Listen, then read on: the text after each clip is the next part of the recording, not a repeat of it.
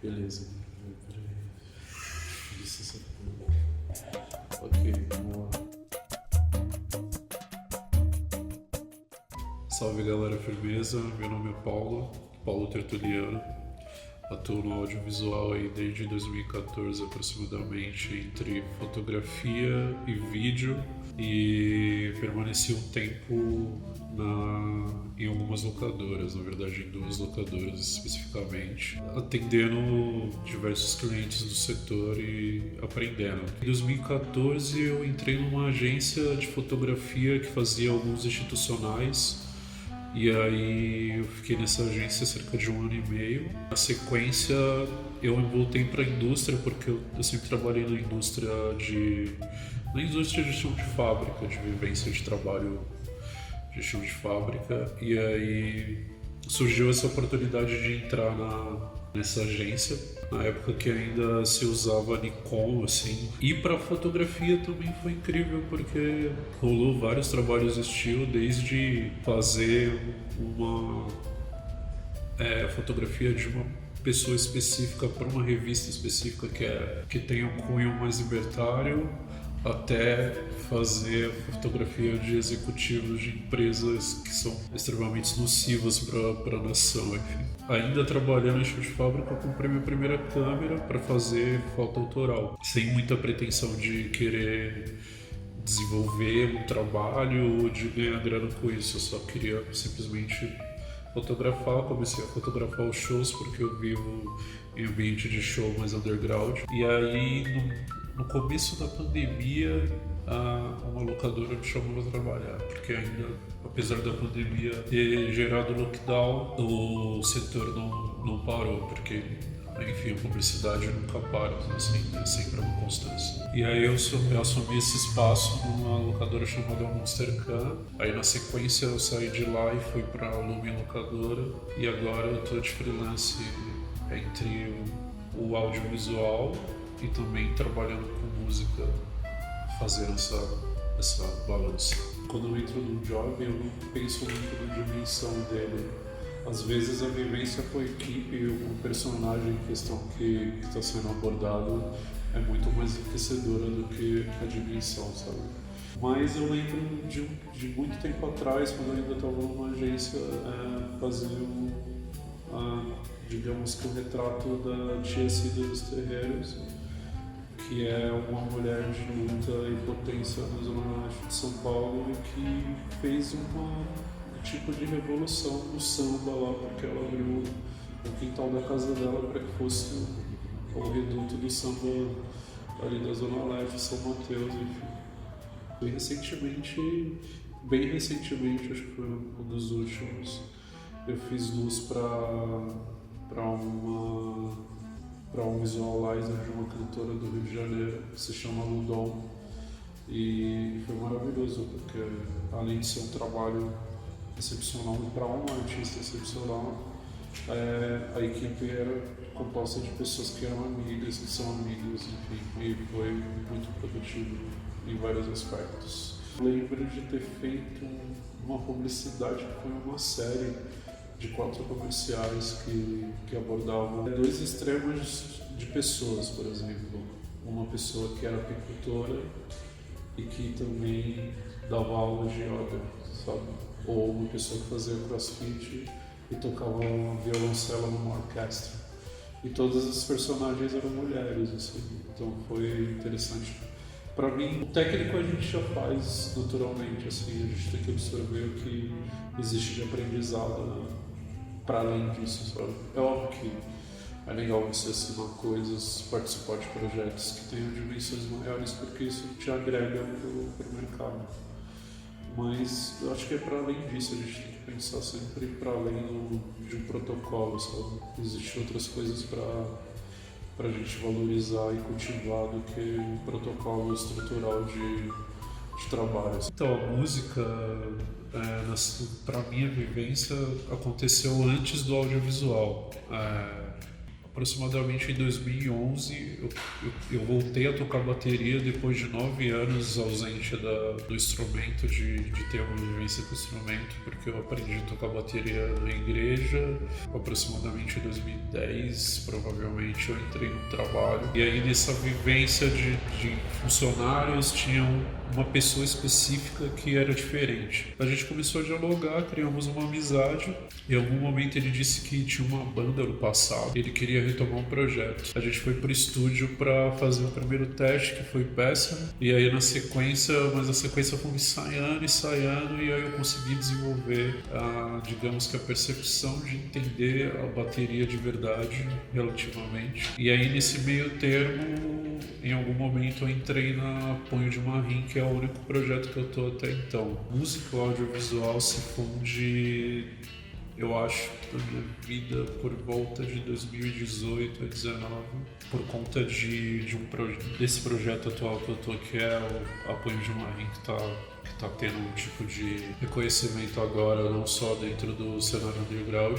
E a gente precisava fazer o clipe, e eu também, antes disso, eu fazia pequenas produções de gravação, porque eu estava trabalhando, entendendo a edição durante a pandemia. Passando isso, teve a possibilidade de gravar o clipe. Como eu estava inserido numa locadora, eu tive a oportunidade de usar os equipamentos da locadora, e a gente gravou num espaço, num sítio em Ribeirão Pires, que é a cidade natal da Camila, nossa guitarrista.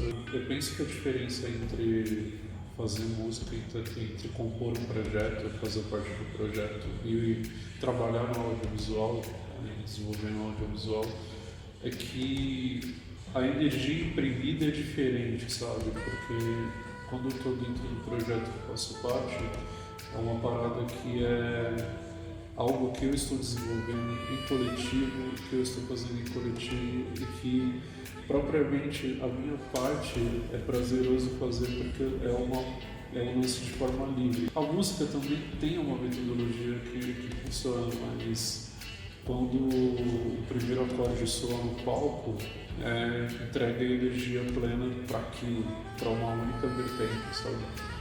Entregar o show para as pessoas, entregar todo o projeto que a gente tem desenvolvido para as pessoas, e para as pessoas ouvirem e transmitir uma mensagem. Tipo, existe um fator grande para mim nisso, que é alcançar pessoas da periferia que vai entender também todo esse processo do que a gente quer passar, porque a gente é uma banda afro-punk, é uma banda de pretos que fala sobre negritude e que também aborda temas sociais que são relativamente delicados, mas que também abordam uma questão da autoestima, de você tentar se entender como negro e se organizar como negro na sociedade. Esse lance todo é além da música, são coisas que te trazem, igual eu falei do audiovisual, além do audiovisual e da música, tem coisas que te entregam ensinamentos profundos da vida, sabe? Certa vez a gente fez um show na áudio que era para abrir uma banda gringa de mulheres que foi pioneira no movimento punk nos Estados Unidos. E aí, quando a gente estava indo embora, carregando as coisas, o segurança preto abordou a gente e disse que entendeu a mensagem que a gente passou. Tá? Mesmo ele não curtindo punk, sabe? Mesmo ele não sabendo quem é que quer Sex Pistols, Ramones ou Bad Brains, o que quer que seja, ele entendeu a mensagem, sabe? Então, tipo, não importa o formato, o que você quer entregar, e existe uma reciprocidade nisso, sabe? A gente já fez palestras em escolas, em 2, 3 escolas, e que a gente fala da nossa experiência e, de repente, uma garota preta descobre que pode ser roqueira porque tem alguém que é roqueiro e parece com ela. Dentro de uma lógica de periferia, eu precisava ser um operário de chão de fábrica, pagar minhas contas, tentar conseguir estruturar minha vida a partir disso, ter uma casa, pagar um aluguel e desenvolver minha vida a partir disso. E aí, quando surgiu essa possibilidade de entrar para uma agência, eu entrei num dilema de que é um caminho, mas eu não sei qual que vai ser a trajetória que eu vou seguir, literalmente. Eu não tinha pretensões grandes dentro do audiovisual, tanto que talvez agora eu tenha essas pretensões, mas de uma forma lúcida. Naquele momento eu comecei a pensar, agora é um período de de descobrir coisas, de ter acesso a equipamentos, de entender o universo que eu não faço ideia, porque até então na agência a gente trabalhava com outro tipo de equipamento. Em 2014 não tinha digamos, uma democratização dos equipamentos como tem hoje, porque tem inúmeras locadoras e também existe possibilidade de você ir na locadora, testar equipamento, estudar e descobrir outras coisas, e existe esse espaço aberto hoje. Ter esse acesso, descobrir isso, descobriu a possibilidade que pode ser maior de você entrar no nicho de publicidade ou no nicho de cinema, foi um start para mim. No entanto, eu sinto que não existe um acolhimento, digamos, amplo dentro do setor, mesmo porque isso é estruturado, é uma estrutura de hierarquia e de um quanto alguém pode te inserir dentro desse mercado, né? Na minha cabeça, eu enxergo dessa forma. É um desafio constante procurar fazer, inclusive de forma independente, mas também mantendo os jobs, atualizando os jobs, tentando aumentar essa vivência de portfólio, apesar de agora ser um pouco mais amplo, um pouco mais democrático, de eu conseguir ver produtoras que são oriundas da periferia e que conseguem desenvolver um trabalho mais amplo, que conseguem, para além disso, ter um olhar para a própria quebrada, sabe? Que são marcas de periferia, por exemplo, alguém que está tipo de grife, de quebrada, ou alguém que está fazendo um trabalho de arte, mas ainda assim ter essas nuances do processo, né? De ser um processo de guerrilha. Eu espero que isso mude, né? De um certo modo, principalmente com a ativação de pessoas que estão dispostas a transformar esse cenário, né? Porque acho meio injusto que apenas um bloco dentro desse setor tenha a liberdade de trabalhar, sabe? De ter os jobs constantes e de manter a vida. E eu posso dizer que a vivência de rua foi importantíssimo para mim. E a vivência, digamos, alternativa dentro do ensino público também me entregou muita coisa. Desde literatura, de conhecer livros, de descobrir livros, de entender a cultura marginal, de acessar o rap, do rap ser tipo, um interlocutor essencial para a minha vida de senso crítico, de pensamento, da forma que eu vou lidar com as coisas. E a rua também me trouxe muito um caminho de profundidade, assim, de pensar, pô, eu tô aqui na quebrada, mas eu preciso acessar os lugares, tipo, eu preciso ir no museu, eu preciso descobrir um cinema de rua, eu preciso ir numa galeria de arte, eu quero interagir com as pessoas que entendem disso, apesar de eu não ter um viés acadêmico de ter estudado em universidade, sabe? Eu carrego esse tipo de repertório na vida. E em algum momento, por exemplo, na metade da pandemia, eu decidi que queria aprender a andar de bicicleta, tá ligado? Porque eu não sabia. E aí eu pensei, caralho, como que um sujeito como eu, já numa idade que é meio absurdo para alguns, vai tentar dar a primeira pedalada, enfim. A gente entende bicicleta como uma espécie de lazer enquanto a gente é criança, mas eu lembro, por exemplo, do seu Antônio da Quebrada, que andava de Monark, ia trabalhar de Monark e voltava de Monark. Sempre de social, com cigarro no bolso, assim, tá ligado?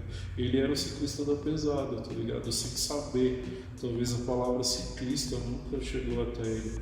Ele nunca se entendeu como ciclista, tá ligado? Eu pertenço ao pedal Madrugada, eu frequento esse pedal, que é o pedal preto, que agrega pessoas pretas, porque a gente entende que dentro de uma sociedade no geral quase tudo é ligado aos pretos, de certo modo, e o ciclismo, entender-se como ciclista também. O que eu queria que, por exemplo, a Monicada que faz iFood entendesse que eles também são um corpo político, eles estão fazendo com que o rango chegue na casa de vários playboys, sei lá, de vários bairros nobres, tá ligado? E estão fazendo isso com energia limpa, com o próprio corpo, sabe? Pedalando, às vezes de chinelo a maioria, sabe? Não dá pra mudar o mundo, mano, mas se você conseguir transformar o pensamento de alguém sobre, por exemplo, autovalorização mínima, autocuidado mínimo, você está transformando pessoas, sabe, de algum modo. Então eu fico procurando coisas, fazendo coisas por conta disso. E aí eu vivo na vivência do audiovisual, na vivência das artes, na vivência da música no geral. Tô em todos os lugares que eu posso, sabe? No sentido de ocupar, mas não de ocupar para ser uma militância política, mas para entender também como funcionam as coisas, como a vida funciona, sabe? Como as coisas estão organizadas.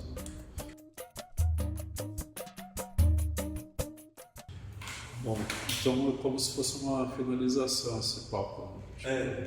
Agora pode olhar pra lente melhor. Cara, É isso mesmo, cachorro. Não tá mal não, pô. Você é louco, tá da hora, cara. Tá bom.